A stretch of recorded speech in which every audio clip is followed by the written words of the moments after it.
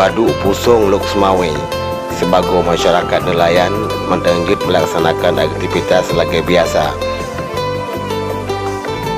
Sementara untuk masyarakat yang ingin berwisata di waduknya nyoba nejak dile karena waduknya Waduk Pusong keliling gak hidup selama 5 bulan sebagai penataan sesuai dengan syariat Islam di Aceh.